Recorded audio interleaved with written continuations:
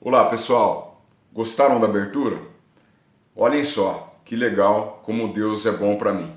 Numa semana eu falo a respeito da lei das semeaduras, que se você plantar coisas boas, você vai colher coisas boas. Aí, durante esse carnaval, eu estava trabalhando na oficina, recebi um WhatsApp de uma pessoa até então desconhecida, Rafael, lá de Sorocaba, falou assim: Berardo, não sou cuteleiro, não sou colecionador, mas eu sigo seu canal, acho legal pra caramba seus vídeos, acho que seus vídeos são muito ricos. E eu trabalhei durante algum tempo com edição de vídeo. E eu vi que seus vídeos não têm uma abertura. Então eu fiz uma abertura para você. Se você gostar, pode usar, tem toda a liberdade, fiz com todo o carinho, como forma de retribuir o que você faz, a parte social, a parte ética, moral, além da parte técnica de cutelaria que você divulga nos seus vídeos. E eu fiquei muito emocionado, mandei várias mensagens para ele, depois a gente se conversou. Então, tá aí mais um exemplo de que se você plantar coisas boas, você vai colher coisas boas, tá? Muito obrigado ao Rafa, ficou fantástico. Como eu disse para ele, não poderia ter ficado mais bonito, sabe? Acho que se eu tivesse contratado 1000 empresas, nenhuma teria conseguido me agradar tanto. E ele fez para mim graciosamente. Então, Deus te abençoe, Rafa. Muito obrigado. Pessoal, já tem bastante tempo que eu ensaio, entre aspas, que eu medito a respeito de fazer vídeos que não sejam sobre temas de cutelaria, e eu tenho vontade de tratar de alguns temas sociais que eu tenho certeza que cujas reflexões serão profícuas para todo mundo. Então, por favor, respeitem. Esse é o meu canal.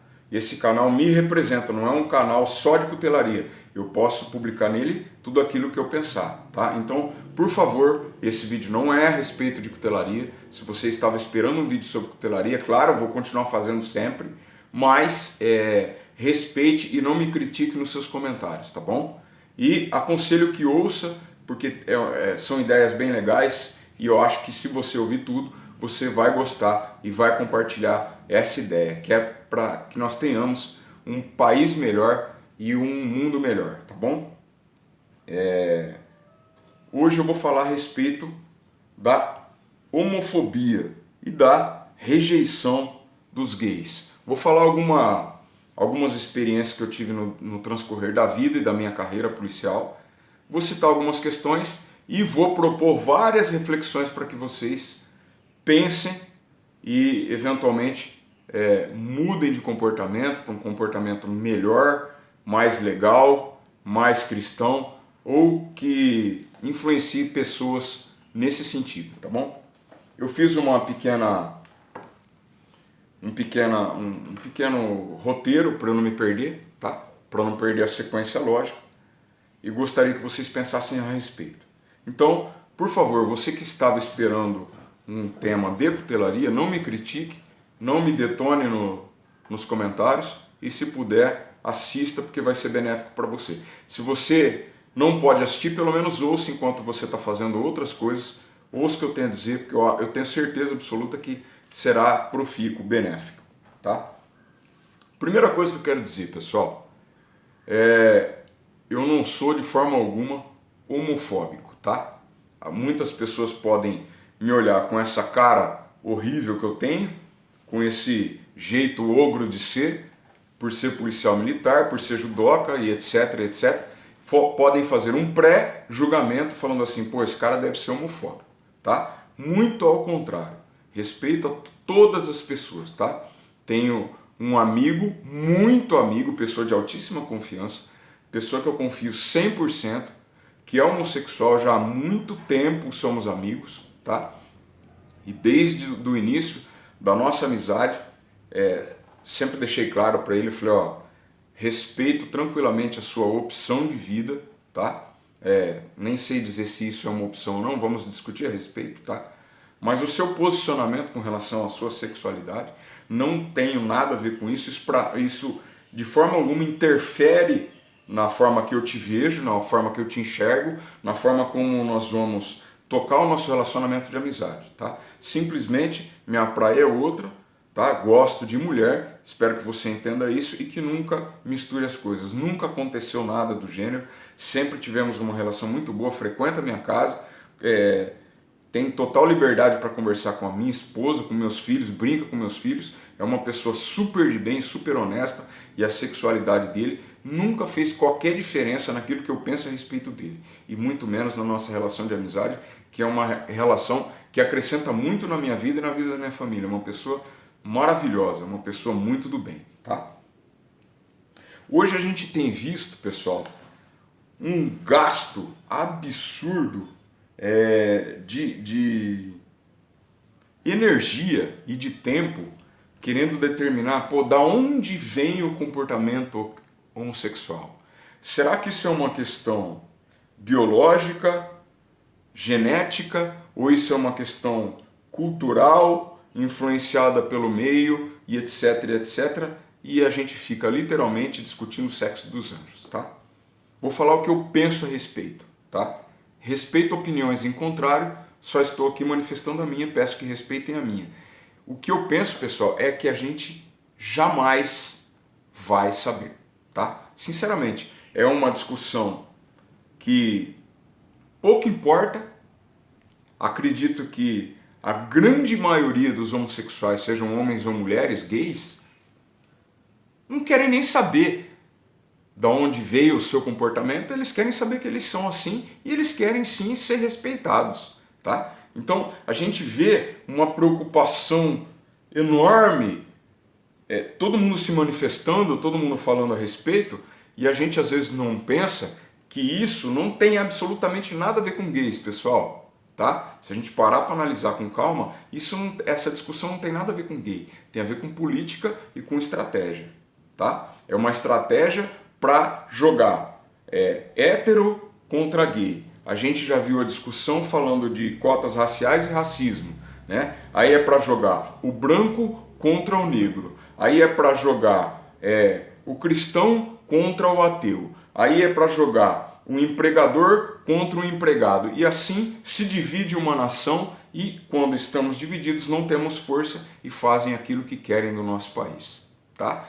Volto a dizer, aposto todas as minhas fichas de que a grande maioria dos gays não estão nem um pouco preocupados de onde vem o comportamento ou de onde não vem. Mesmo porque eu também não sei de onde vem o comportamento hétero, tá? E vou falar o que eu penso a respeito por causa de algumas experiências que eu tive na vida. Por exemplo, olha só, pessoal, se a gente ficasse preocupado em saber, por exemplo, da onde vem o comportamento desonesto, ou da onde vem o comportamento assassino, isso seria muito mais profícuo, muito mais benéfico para a sociedade. Mas a gente fica discutindo por que motivo o rapaz decidiu se deitar com um homem ou a menina decidiu se deitar com uma mulher. Uma discussão ridícula que não leva a lugar nenhum e que a verdade é a seguinte, nós nunca vamos saber. São milhares e milhares e milhares de variáveis que influenciam. Um monte. E a gente fica discutindo o sexo dos anjos e não percebendo que estão rachando o nosso país. Estamos perdendo força, enquanto a gente discute o sexo dos anjos, estão nos assaltando e destruindo a nossa nação. Tá? Então pense a respeito disso. Ao invés da gente se preocupar em querer saber de onde vem o comportamento homossexual, a gente deveria se preocupar em querer saber de onde vem o comportamento do assassino, da onde vem o comportamento do estuprador, da onde vem o comportamento do desonesto, do ladrão, do assaltante. Aí sim a gente poderia fazer alguma coisa para prevenir, porque isso sim é danoso à sociedade. Não essa questão do cara ser gay ou não ser gay, isso aí ninguém se importa. Vou falar o que eu penso, tá? Vou falar o que eu penso, respeito opiniões em contrário, por favor me respeitem. Penso que ninguém fez opção. Tá? E vou citar o Elton John. Tem uma frase, um pensamento do Elton John, onde ele diz o seguinte, mais ou menos isso, tá? Não é a frase exata, mas o pensamento vocês podem pesquisar na internet que vocês vão encontrar. Tá? Ele diz mais ou menos o seguinte, se todo gay, em sã consciência, soubesse todo constrangimento, toda segregação, toda humilhação, todo preconceito que ele sofreria no transcorrer da vida, obviamente que ele faria uma opção por não ser gay e não passar por todo esse sofrimento. Isso é uma frase de Elton John, vocês podem pesquisar que vocês vão encontrar, tá? E por que eu digo isso, pessoal? Eu digo isso por quê? Porque eu, sinceramente, pensando na minha vida, eu, em momento algum, eu fiz opção por ser heterossexual. Eu fiz a opção por escolher gostar de mulher. Simplesmente, pessoal, permitam-me a sinceridade. Quando eu me percebi, eu estava com uma Playboy me masturbando no banheiro. Uma Playboy na mão me masturbando. Tá? Então, eu não fiz opção nenhuma. Simplesmente foi um transcorrer natural na minha vida. Tá? E eu quero citar uma experiência que eu tive como professor de judô. Eu dei aula de judô bastante tempo e dei aula de judô numa escola particular durante 7 anos aqui em Catanduva. Tá? E dava aula para crianças entre 5 e 10 anos de idade. E eu me recordo muito bem, e isso me estimulou uma reflexão por muito tempo, e até hoje ainda penso a respeito disso. Eu tinha uma turminha de alunos com 5 e 6 anos de idade, e em meio a eles tinha um garotinho que tinha 5 anos. E esse garotinho, visivelmente, não estou fazendo crítica nenhuma, por favor, não me acusem, visivelmente já tinha um comportamento afeminado, um comportamento mais delicado, diferente da maioria da molecada. E olha só o que acontecia, que interessante. Começava o treino, um garoto de 5, 6 anos de idade, muito dificilmente sabe vestir o kimono, amarrar a faixinha, etc. E como professor, quem é professor de artes marciais sabe que você tem que pegar o garoto e amarrar o kimoninho dele, amarrar a faixa e tal. E eu pegava um por um, amarrava o kimono e tal. E eu amarrava lá o kimono da molecada e eles faziam a aula inteira. Só que o kimono desse garotinho, eu amarrava a calça dele, passavam-se 5 minutos de aula, ele começava a brincar. O judô para crianças de 5, 6 anos de idade, ele é muito mais recreativo do que técnico mesmo, né? Porque eles ainda não têm a capacidade de se concentrar e a destreza fina para aprender a parte técnica. Isso é um crescente, então a gente vai introduzindo a parte técnica suavemente conforme a gente vai pondo a parte lúdica, as brincadeiras, tal, a recreação durante a aula. Eu amarrava a calça, começava a aula, dava 5 minutos de aula, a calça dele misteriosamente se desamarrava, ele deixava a calça cair até os pés e ele saía correndo no meio do tatame, no meio da molecadinha, todo afeminadinho, com a calça nos pés, só de cuequinha, tal, e a molecada toda dava risada, brincava dele. Aí eu chamava ele, amarrava a calça, passava 2, 3 minutos, a calça misteriosamente se desamarrava de novo, e isso numa aula normal, pessoal, acontecia 8, 10 vezes, tá? Isso me estimulou a pensar o seguinte: o que esse menino sabe a respeito de sexo?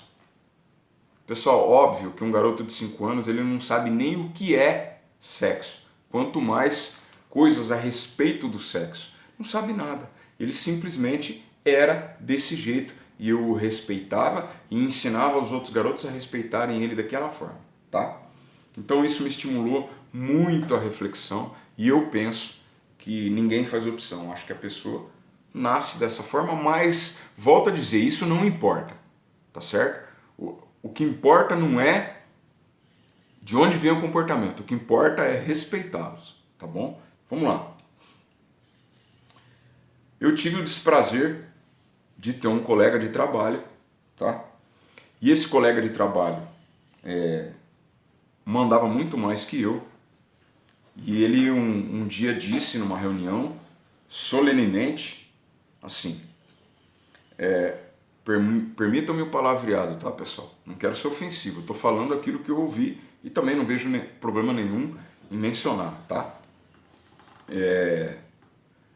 Eu prefiro 1000 vezes trabalhar com um ladrão do que trabalhar com um viado. Eu levantei a mão e falei assim, não. Eu prefiro 1000 vezes trabalhar com um homossexual do que com um ladrão. Por quê?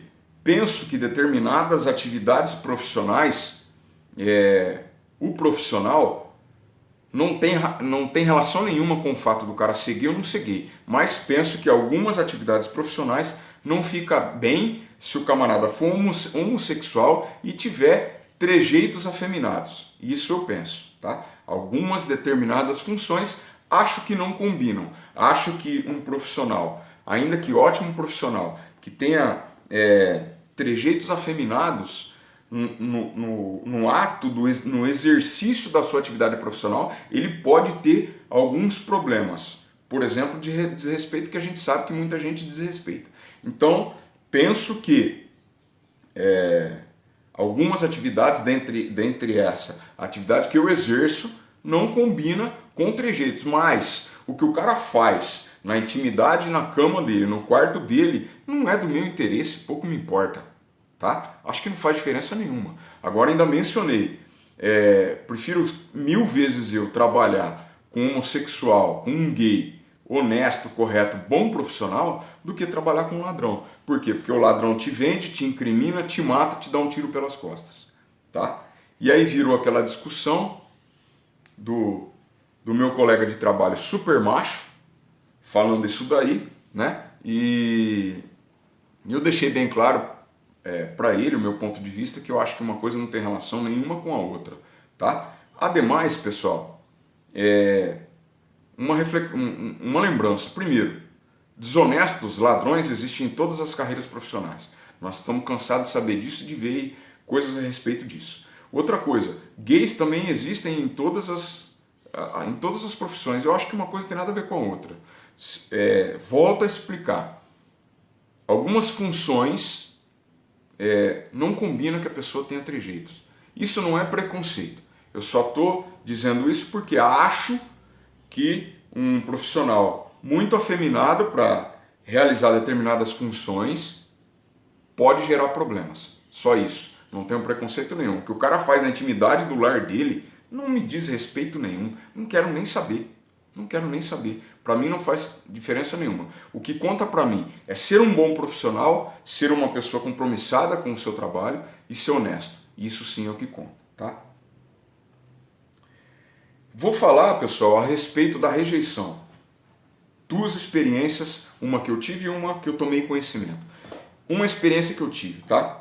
Eu era recém-formado, trabalhava no período noturno na Grande São Paulo, na área da favela do Ceasa. E na área da favela do Ceasa, eu estava sempre por lá, abordando as pessoas, querendo prender os traficantes, os assaltantes e etc. Porque nesse pedaço tinha muita gente. Também não estou falando aqui contra quem mora em favela, tá bom? Já deixo muito claro que a grande maioria das pessoas que moram em favela não mora porque quer. Aliás, eu acho que ninguém gostaria de morar numa favela, tá? Gostaria de ter condições melhores de moradia. Não estou generalizando, não estou falando nada, tá? Não me apedrejem. Estou simplesmente citando que nesse lugar havia uma grande quantidade de tráfico de drogas e de assaltantes. E a gente estava sempre por lá. Sempre que estava desempenhado de ocorrências, de apoios, ia para esse local e abordava as pessoas. E tinha um jovem lá que eu abordei assim dezenas de vezes. E um dia eu resolvi conversar com ele, chamei ele para conversar. Falei, por favor, me conta a sua história. Era um cara magérrimo, super magro, fino, magro, dependente químico de crack, tá?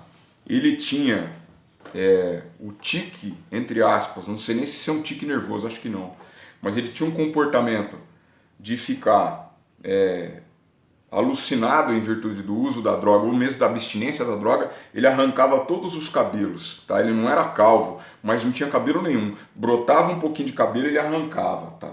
Tamanho poder de destruição da droga na vida desse rapaz. Eu falei, vem cá, meu, conta pra mim a sua história. E ele me contou, eu vou resumir pra vocês. Ele, com 18, 19 anos de idade, fazia desenho artístico de moda, tá? Me fugiu o nome agora. Ele era estilista de moda, tá? Era um cara muito talentoso, foi contratado por uma grande empresa, estava fazendo curso técnico na área e desenhando e se dando bem, já começou a ganhar dinheiro, estava bem na carreira, com uma projeção, com um futuro brilhante. Em determinado momento, os pais descobriram, ele revelou para os pais que ele era homossexual. Aí, os pais rejeitaram. O pai super macho, super conservador, super machão. Aliás, de conservador não tem nada, para mim um cara desse é um idiota. Botou ele para fora de casa, tá? E aí vem uma avalanche de desgraça na vida desse jovem. Olha só. O cara foi botado para fora de casa em virtude dessa questão emocional. Segundo ele me disse, começou a usar cocaína, tá? Quando estava empregado, ganhando dinheiro bem, começou a usar cocaína em virtude desses problemas emocionais com relação à família dele. Começou a usar cocaína, começou a ter problemas de rendimento no trabalho. Em dado momento, perdeu o emprego, diminuiu o dinheiro, caiu no crack. Caiu no crack, pessoal, é uma estrada só de ida. Raramente alguém se recupera totalmente do uso do crack. Caiu no crack, ficou sem dinheiro, aí é uma bola de neve. Quanto mais fica sem dinheiro, menos tem possibilidade de usar outras drogas menos danosas. Claro que todas elas são danosas, mas se afundou no crack. E nesse dia específico que eu conversei com ele, me recordo muito bem, ele parecia um cadáver ambulante, pessoal, extremamente magro, sofrido. Eu conversei com ele, ele tinha, se não me engano, 24 anos de idade nessa data. E eu perguntei, cara, fala pra mim, qual foi a sua última refeição? Ele falou assim, eu comi um mamão que caiu de um caminhão que estava entrando aqui no Ceasa, acho que uns 4 dias atrás. Eu falei, depois disso você não comeu mais nada? Não comi mais nada, tá? Então, olhem só o tipo de desgraça que decorreu na vida da pessoa por ter um pai imbecil que não soube lidar com o fato de ter um filho homossexual, botou o cara para fora, tá? Esse pai matou esse filho. Não sei a respeito desse jovem hoje, mas acho muito difícil ele estar vivo hoje, 21 anos depois, tá? Acho muito improvável. Ainda mais no estado de saúde que ele se encontrava naquela época, tá? Um outro exemplo a respeito da rejeição ao homossexual. Uma pessoa que eu conheço já de muito tempo, hoje se diz pastora de uma igreja evangélica, né? E casou-se com filhos e etc. E não sei quantos filhos tem, mas eu sei que um filho, menino, aos 14 anos de idade, a família, eu não sei se nessa data ou anteriormente, descobriu que esse rapaz era homossexual, tá? Esse jovenzinho. Aí, pressão, né?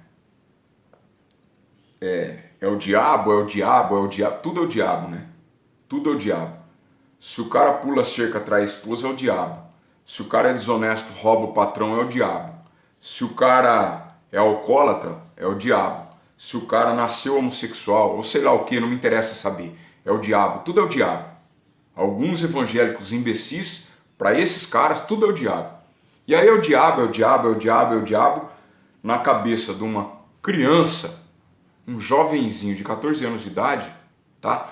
Pressão, rejeição por parte de alguém que mais deveria amá-lo, tá? O que aconteceu, pessoal? Esse rapaz de 14 anos de idade passou a mão no revólver e explodiu a própria cabeça, tá bom? Se suicidou. Aí eu pergunto para essa pessoa que se diz ministro do Evangelho, uma ministra do Evangelho, que se diz pastora, aonde que Jesus Cristo ensinou isso? Essa rejeição, essa pressão contra uma pessoa porque ela é gay. Eu te pergunto, você nunca mentiu? Por acaso a Bíblia também não condena o pecado da mentira? Então, você devia repensar, e é uma vergonha essa pessoa se denominar cristã, tá? E ministro do Evangelho, que é mais grave ainda, e botar tanta pressão na cabeça de uma criança assim, a ponto do garoto não suportar e se matar, tá? E aí, pessoal, aproveitando o segmento evangélico, alguém vai falar assim, pô, mas Berardo, você não é evangélico? Não. Hoje não gosto de me denominar evangélico, não gosto de me denominar católico, não gosto de me denominar nada. só me defino como seguidor de Cristo, discípulo de Cristo. Muito falho, cheio de defeitos, cheio de problema, luto comigo o tempo inteiro para tentar ser melhor, tá? Mas odeio esse tipo de denominação, porque isso cria justamente uma secção, uma separação entre as pessoas. Então, evangélico lá, católico aqui, espírita lá, muçulmano lá e etc, etc. Então, prefiro só me definir como cristão, como discípulo de Cristo, tá? E aí me aparecem alguns imbecis, idiotas de pastores evangélicos pregando a cura gay. Como se ser gay fosse uma doença contagiosa, né? Alguma coisa assim que fere a existência da humanidade, né? Como se gay nunca tivesse existido. Sempre existiu, existe e sempre existirá, né?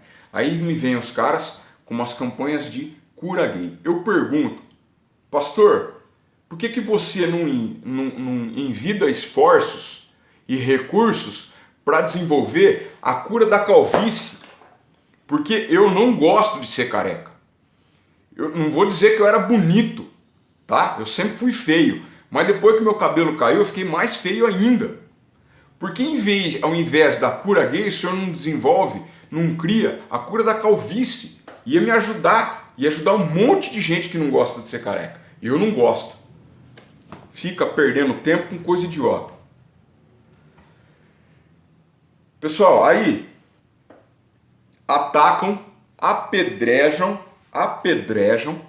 uma determinada personalidade porque o camarada combateu o kit gay. O que é o kit gay? Volto a dizer, nós temos que discutir e pensar a respeito de política, porque a política define o nosso futuro. Tá? Não adianta você falar assim, ó, não tô aqui fazendo campanha. O assunto é mesmo a respeito de homofobia, tá? Não estou fazendo campanha, mas pense a respeito. Por favor, pense a respeito. E eu vou votar em branco, vou votar em nulo. Não faça isso, porque o seu futuro vai ser decidido por outras pessoas. Não faça isso, tá? Aí o PT criou o tal do kit gay. O que é o kit gay? São cartilhas onde tem menino beijando menina, menino beijando menino, menina beijando menina e etc.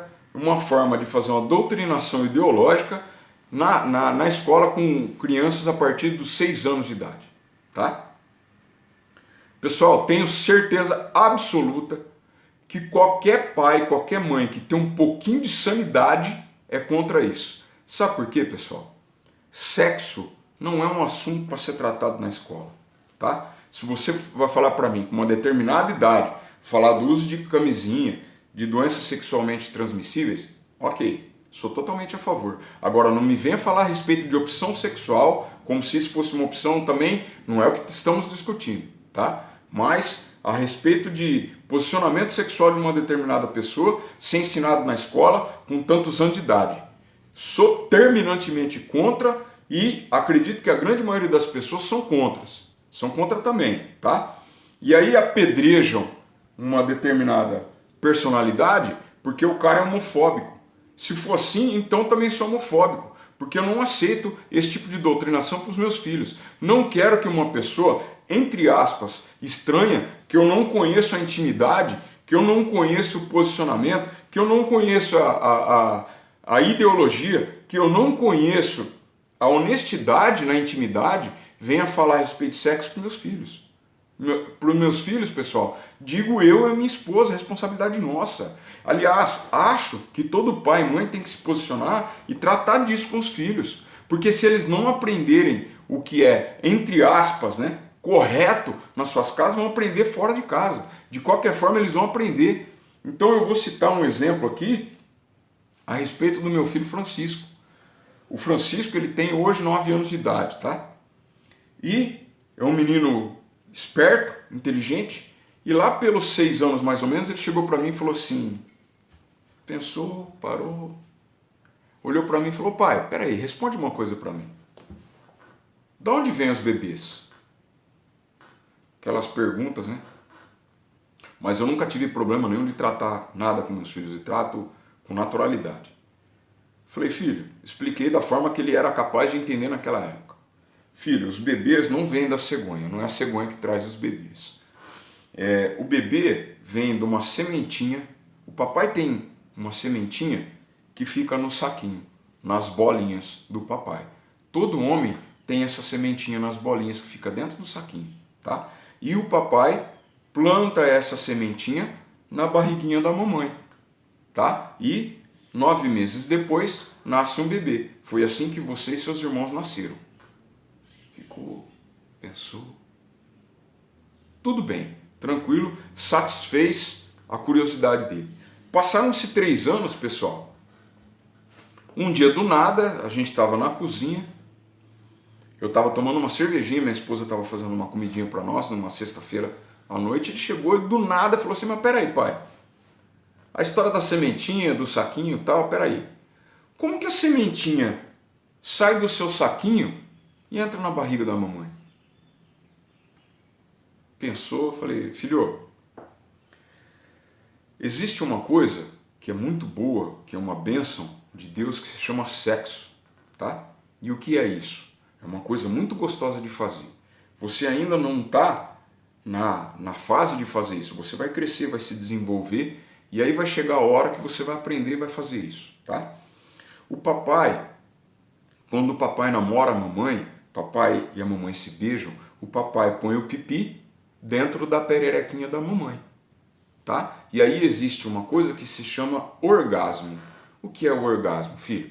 É um sentimento muito gostoso, é uma das coisas mais gostosas que você pode sentir, e você, quando sente isso, a sementinha sai do saquinho do papai e entra na barriguinha da mamãe. Aí nascem os bebês. Aí ele falou, pai, aliás, pessoal, eu não tinha falado que isso era sexo. E ele mesmo falou depois, ele mesmo chegou à conclusão, pai, isso que é sexo, né? Isso, filho, isso que é fazer sexo, isso que é fazer amor. E tranquilo. Então, pessoal, penso assim, isso é uma responsabilidade dos pais. Provavelmente, outros pais ensinariam de outras formas ou em outros momentos seus filhos, mas acho que essa decisão e essa responsabilidade cabe aos pais, não a professores, entre aspas, desconhecidos. Não estou aqui também atacando e apedrejando professores, mas acho que isso é um assunto sensível demais, importante demais e que deve ser tratado em casa, assim como princípios a respeito de moral e ética tem que ser tratado em casa. Honestidade se aprende em casa, não na escola, tá?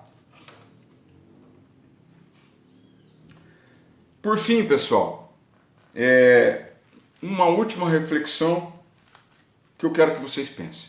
Acho que os gays não precisam saber da origem do seu comportamento, mas precisam sim do nosso respeito e consideração, tá bom?